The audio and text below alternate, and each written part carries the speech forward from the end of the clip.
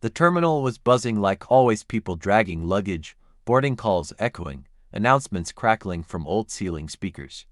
But in all that noise, something very quiet, very calm was happening near Gate 14. A young black girl, barely 17, stood in front of the business class boarding lane. Her hand clutched her boarding pass, her lips pressed into a firm line. She didn't say much, she didn't need to. Across from her stood the pilot, tall, white, around 50, with graying hair and a stare that said not today. He didn't yell. He didn't raise his voice, but his tone cut like a knife. "Young lady," he said, eyeing her up and down. "I think you're confused. Economy's to the left." She didn't flinch.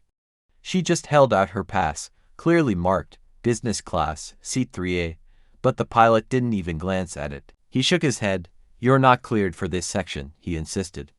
"Please step aside and let real passengers through." Passengers nearby turned their heads. Some looked confused, a few exchanged glances. One man chuckled quietly, but no one spoke up, no one stepped in. She took a breath, slow and deep, then she did something no one expected. She calmly pulled out her phone. "I don't want to be late," she said, almost to herself. "Dad told me to call if there was any problem." The pilot rolled his eyes. "Mom, calling your parents won't change airline protocol." But by the time he finished that sentence, the phone was already ringing. And here's the thing, he didn't know the man on the other end wasn't just her father. He wasn't a local manager or a frustrated parent trying to yell at airline staff. Her father was the CEO of the parent company that owns the airline, and she didn't say much when he picked up. She didn't need to. "Hey, Daddy," she said, softly, "it's happening again. He won't let me board." There was a pause, then a shift in the air. What no one noticed was that just down the hallway, another woman, pregnant, white, maybe in her early 30s, was struggling with her bags, her feet swollen, her face tired. She looked at the teen and then at the business class line. The black teen noticed. Without hesitation, she stepped aside and offered the woman her seat. "Here," she said. "You look like you need it more than I do." The woman blinked, stunned. Are you sure?" She nodded. "It's okay. It's just a seat." That moment, quiet and graceful, stood in total contrast to the tension building near the counter. Because just as the teen handed over her boarding pass to the woman, security guards showed up. Not for the girl, not for the pregnant woman, but for the pilot. His name had been flagged. Not just because of this incident, but because of many before. Complaints, subtle racial profiling, quiet removals, and now this one, where he messed with the wrong child, the wrong daughter. But none of this was visible yet. None of the passengers knew what was coming. The gate agent froze. The co-pilot stepped back. The pilot straightened up like nothing had happened. And the girl, she just turned, ready to walk away, ready to board economy, or not board at all. It didn't matter to her, because in exactly 6 minutes, the airline's internal server would receive a directive. One that would send shockwaves through every flight desk, every cockpit, every airport terminal with that airline's logo. And all because a teenager tried to board the seat she paid for and was treated like she didn't belong. Meanwhile, the pregnant woman looked down at the boarding pass now in her hands, then up at the girl who had just given it to her. "You didn't have to do that," she said, her voice shaky. "Most people wouldn't." The girl smiled, just a little. "My mom always told me sometimes kindness opens more doors than anger." She turned to leave, but the woman reached into her purse quickly. "Wait," she said. "Take this." The girl looked puzzled. It was a folded note. Just a plain, white paper. She took it and tucked it into her pocket without thinking much of it. But what she didn't know yet was that the note wasn't just a thank you. It was something that would change her entire life. And while the terminal went back to its rhythm, and the pilot pretended everything was under control, deep inside the airline's executive servers meetings were being scheduled. Calls were being made, flights were already being paused, grounded, because the girl they humiliated was no ordinary passenger. And her father didn't forget things like this, especially when it involved his daughter and his airline. The girl sat quietly near the large glass window, staring at the planes outside. She didn't cry, she didn't frown, but her silence was heavy, like she was used to this kind of thing. The way people looked at her, the way she was questioned, as if her skin, her age, and her calmness somehow made people uncomfortable. She folded her arms and leaned back, waiting. Not just for the next flight or a gate update, but for something deeper. She knew her father was on the other end of that call. And he didn't take things like this lightly. Inside the control center of the airline's headquarters, alarms weren't blaring but phones were ringing. The CEO had made exactly 2 calls since his daughter spoke to him. The first was to the airline's president. The second was to a personal assistant with a single instruction. I want every flight this man is assigned to halted. Back at the airport, the pilot was pretending nothing happened. He stood tall near the gate agents, his face tight, jaw clenched, eyes darting around like nothing was wrong. He had done this before. People usually backed down. Some apologized for misunderstanding, others cried and walked away. But this one didn't cry, she didn't argue. And that scared him more than he expected. Especially when she made that phone call. He kept checking his watch. 5 minutes passed, 10. Then the gate agent whispered something to the co-pilot, her voice tense. The co-pilot turned pale and looked over at the pilot with a stiff expression. We've got an issue, he muttered under his breath. Headquarters just froze the gate's boarding clearance. The pilot's smile wavered. What do you mean? No one's cleared to board until further notice. Something about an internal directive. I've never seen this before. The pilot stepped aside, trying to act calm.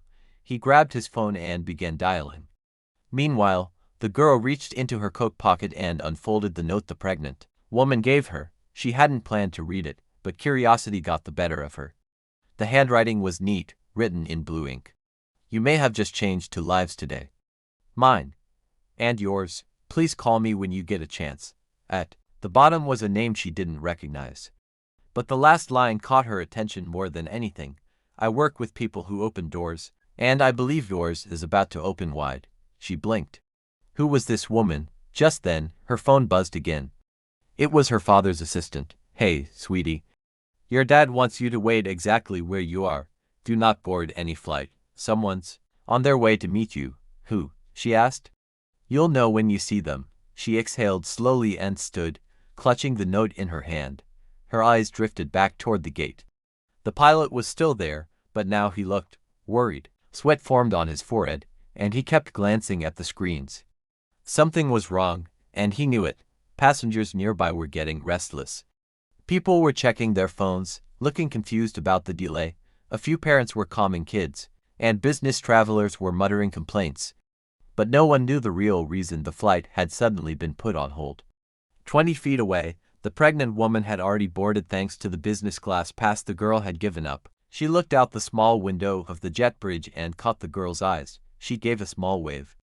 The girl nodded back, still unsure what to make of that strange, quiet exchange. 15 minutes passed. Then the airport staff began whispering. Again, a man in a dark suit appeared near the gate. No badge, no uniform, but the staff quickly stepped aside when they saw him. He didn't speak loudly. Just leaned in, said a few words, and pointed at the pilot. The pilot's face turned to stone.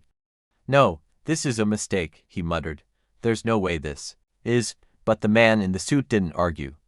He simply gestured once more, and within seconds, 2 security officers appeared beside the pilot. Not aggressively, not forcefully, but firm. The pilot was quietly escorted away without a word. To the passengers, gasps echoed around the terminal. Passengers began asking questions. What happened? Why did they remove the pilot? Is our flight cancelled? The gate agent didn't answer. She looked nervous herself, back near the glass window. The girl didn't move, she just watched. This wasn't new to her. She had grown up watching her father make decisions that affected entire companies. She had seen him end partnerships overnight, cancel deals worth millions all for the sake of principle. But this was different. It was personal now. Not just because of the disrespect, but because she had handled it with grace.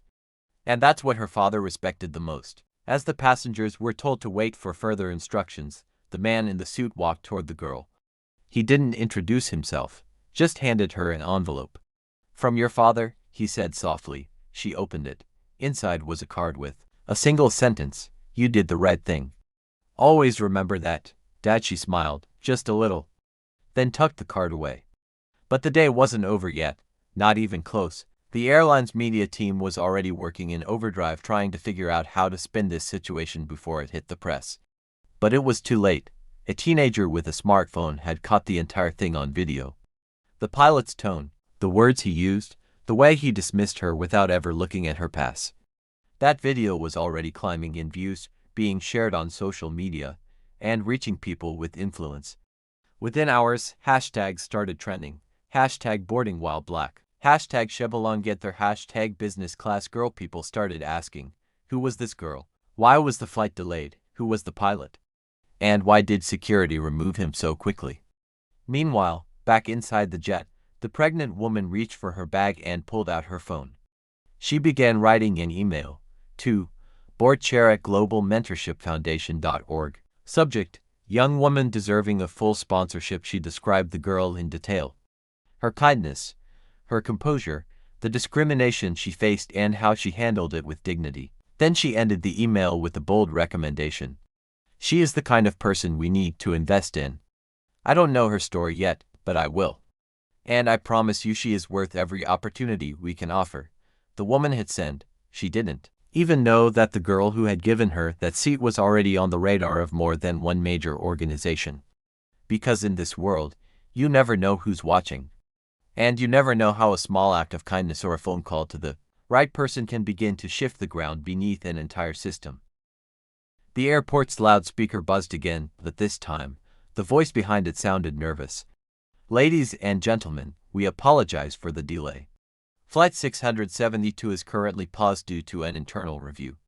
We'll provide updates shortly. Passengers looked around, confused and frustrated. One man in a suit sighed loudly. A woman on her phone whispered, "It's something big." I can feel it, but no one really knew just how big this situation was about to get. The girl, still seated near the window, checked her phone again. Dozens of missed calls and messages had poured in. Classmates, friends, and even people she didn't know were texting her screenshots of a video that had now gone viral. Someone from across the terminal had recorded the entire moment she was blocked from boarding. The clip was now everywhere on Instagram, TikTok, and Twitter. Her face, her calm tone, and that single sentence, "I think my dad told me to call if something like this happens," had struck a nerve online. Strangers were praising her composure. Others were calling out the pilot's behavior. A few trolls had already started posting hateful comments, but she didn't flinch. She had grown up with this kind of pressure, always having to carry herself with grace in spaces where people expected her to be angry, loud, or wrong. In another part of the airport, two employees in uniform stood by a closed door, whispering. "You heard the news?" one asked. "They're grounding 3 of his next flights." "No way." Over one complaint. It's not just one. Apparently, this wasn't his first time pulling this, but the difference is this time, the girl had power behind her, and proof, and a name. Her last name's on that corporate building downtown. They went silent as the supervisor walked by. Back inside the plane, the pregnant woman stared out the window again, her thoughts spinning. She hadn't told the teen everything. The truth was, she wasn't just some random traveler.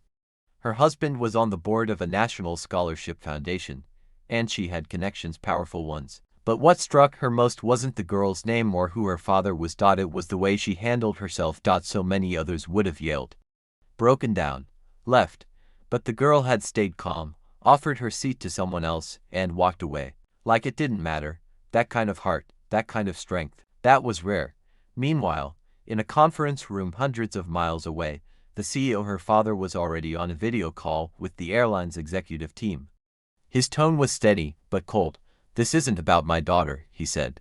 "It's about a culture that's allowed people like that pilot to operate unchecked for years." One executive leaned forward. "We've begun an internal audit. We'll handle it quietly." "No," he interrupted. "You'll handle it transparently." The call went silent for a moment. Outside the airport, news vans were already showing up. Someone had tipped off a local station. A reporter stood near the terminal entrance, holding a mic. "Breaking news, a teenage passenger denied business class boarding despite having a valid ticket. Witnesses claim she was targeted due to her appearance, and the airline has launched an urgent review." The girl's name hadn't been released officially yet, but her story was spreading like wildfire. And while most of the world still didn't know who she was, a few key people were starting to recognize her. One of those people was a retired flight captain named Ernest Simmons. He had worked for the same airline for 35 years before retiring. He'd seen things many of which he kept quiet about. But when he saw the video of the girl being stopped, something in him shifted. He picked up his phone and called a contact at the union. "This is the third time I've seen that man do something like this," he said. "You need to speak up before the whole company burns." Back at the airport, a middle-aged janitor watched the girl from afar. He had been sweeping nearby earlier when the pilot turned her away. He had seen it all, how she had kept her cool, how no one stepped in. And now, he approached her slowly. "Miss," he said quietly, "I just wanted to say, I saw what happened. You didn't deserve that." She looked up, surprised by the kindness. "Thank you," she said. "I've worked here 22 years, he continued, voice soft. "People act like they don't see, but I saw. You held your head high. Don't let the noise mess with your peace." She nodded, and for the first time, her eyes welled slightly. But she didn't cry. Not here. Not now. Suddenly, her phone rang. Again. It was a private number. She answered. A woman's voice came through. Clear. Direct. "Hi. You don't know me yet, but my name is Carla Morgan. I'm with the National Youth Leadership Council. I just watched what happened. I want to speak with you about opportunities we think you should consider." The girl blinked. "How did you get my number?" She smiled softly, her voice steady. "The same way the world gets changed, one connection at a time." She didn't know it yet, but her future was already unfolding behind the scenes. But even with these small glimmers of hope, the storm wasn't over. The pilot, now being held in a restricted lounge for questioning, was pacing furiously. He had already contacted a lawyer. He insisted it was a misunderstanding, that he never saw the boarding pass, that it wasn't about race.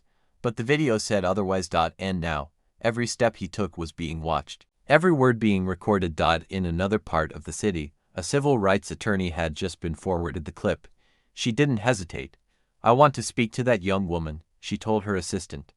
"There's something larger at play here." Back at the terminal, the gates still remained closed. The flight hadn't been canceled, but no one was boarding either. Passengers were growing more anxious. But the girl stayed calm, still seated near the window, waiting. She didn't know what was coming next. What she didn't realize was that this wasn't just a story about her. This was about systems. About quiet power. About how dignity looks when no one claps for it. And how a single moment being told you don't belong can flip everything upside down. Because when you're the daughter of someone who built an empire, and you've been raised to never back down, the world doesn't get to decide your worth. It only gets to watch what happens next. The terminal was no longer just a waiting space, it had become a pressure cooker. The tension was thick. Every monitor still showed delayed in bold red letters next to Flight 672. Passengers were restless, staff were tight-lipped, and whispers kept circling like storm clouds. Still, no one dared to mention the pilot by name. No one confirmed why he was removed. But everyone felt the weight of something bigger behind the silence. The girl sat motionless, her phone buzzing nonstop. Her name wasn't public yet, but people were starting to connect dots. A photo of her and her father from a charity gala 2 years ago had surfaced online. Someone from the business world had tweeted it with a caption, "That's not just any passenger, that's the CEO's daughter." And just like that, her identity was no longer a secret. People were watching, cameras were pointing, and her every move was being quietly documented. But she wasn't looking for attention. All she wanted was to be treated fairly. To sit in the seat she paid for. To fly without being judged. That didn't seem like too much to ask. Across the city, a major news network had interrupted its usual programming for a live segment. The headline read, "Teen blocked from business class, airline under fire after viral video." The reporter stood near the airport entrance, a serious look on her face. Sources now confirmed that the passenger denied boarding is the daughter of a Fortune 500 CEO. The incident has sparked intense discussions about racial profiling, airline accountability, and customer rights. Back in the executive floor of the airline headquarters, the mood was even worse. The board had been summoned for an emergency meeting. Public relations officers, legal advisors, HR heads, everyone sat with pale faces as the CEO of the parent company joined the video call from his private office. "This is not going away quietly," he said calmly. "So I suggest we stop pretending it will." One VP shifted nervously. "We've prepared a statement." "I don't want a statement," the CEO replied. I want action. I want policies rewritten. And I wanted to start with accountability. No one dared to speak after that. Meanwhile, in a private room near the terminal, the pilot was pacing. A lawyer had arrived, seated across the table, flipping through printed documents. The best you can do, he said, is admit your part, take the suspension, and keep it quiet. But the pilot didn't listen. He was furious not at what happened, but at who he had targeted without knowing. I didn't do anything wrong, he snapped. I followed procedure. You didn't follow anything, the lawyer replied. There was no excuse not to check her boarding pass. You made an assumption, and it was caught on camera. The door opened, and a senior investigator walked in. We've reviewed security footage, multiple angles, audio is clear. And we've received statements from other passengers. This is no longer an internal issue, it's a liability.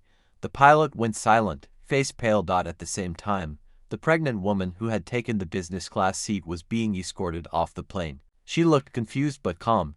Airport security explained it was a temporary measure for her own safety and privacy. Reporters had somehow learned she was the woman in the video.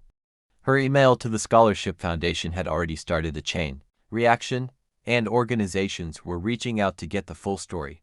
Outside the terminal, more people had gathered. Some had signs, others wore shirts with hashtags. And somewhere in the crowd, an older woman dressed in quiet elegance stood with tears in her eyes. It was the teen's grandmother. She hadn't planned to come. But when she saw the video, she got in a cab and came straight to the airport, because she remembered, too well, what it felt like to be told you didn't belong. And she wasn't going to let her granddaughter carry that weight alone. Back at the gate, the girl stood up as a new boarding call echoed. Not for her flight but for another one nearby. Still, every eye turned toward her. A group of children nearby whispered her name. One little girl waved, and for a second, the teen smiled. Just briefly. Then she looked at the note in her hand again, the one the pregnant woman had given her. She had read it a dozen times now, but suddenly, she noticed something she hadn't before. In tiny writing, on the bottom corner, was a phone number with the initials MR. She hesitated, then dialed. The voice on the other end was smooth, deep, and surprised. Hello, she cleared her throat. Hi. I think you know someone named Rachel. She gave me your number. There was a pause. Then, is this the girl from the airport? Yes, I've been waiting for your call. Who are you? I'm the head of a leadership program that changes lives. And Rachel? Well, she's my wife. She told me about what you did. About how you handled it, and how you gave up your seat without expecting anything in return. The girl said nothing. He continued, I'd like to meet you, but not just for a conversation. We offer full mentorships, college prep, global travel, connections that can reshape the world, and we're choosing our next candidate tonight. Rachel believes it should be you. The girl blinked, heart racing. But she said nothing. Across the room, her father's assistant entered the terminal, heading straight for her. He didn't look stressed. He looked focused. Your dad wants you at HQ within the hour, he said. They've called a press conference. You don't have to say a word. He just wants you by his side. She nodded slowly, still holding the phone. The man on the line added one last thing. You didn't know it then, but when you gave up your seat, you stepped into something bigger than a plane. You walked into your future. And just like that, the call ended. She turned toward the window once more. The same plane was still sitting at the gate. Flight 672 had been rescheduled, reassigned, and its original crew replaced. But no one was boarding yet. The system was still paused. Because the world was watching. And this story wasn't about a flight delay anymore. It had become a test of everything the airline stood for. A mirror held up to an industry. And the calm courage of one teenage girl was the center of it all. She walked toward the exit, passing passengers who were still waiting. Some nodded, some whispered, but no one blocked her path. As she reached the end of the terminal, the cameras outside were already gathering, reporters waiting, questions ready, but she wasn't afraid. She had something more powerful than words. She had the truth, and it was about to change everything. ChatGPT said. Outside the airport, the wind picked up as the black SUV pulled to the curb. Her father stepped out calm, composed, but his eyes held a fire.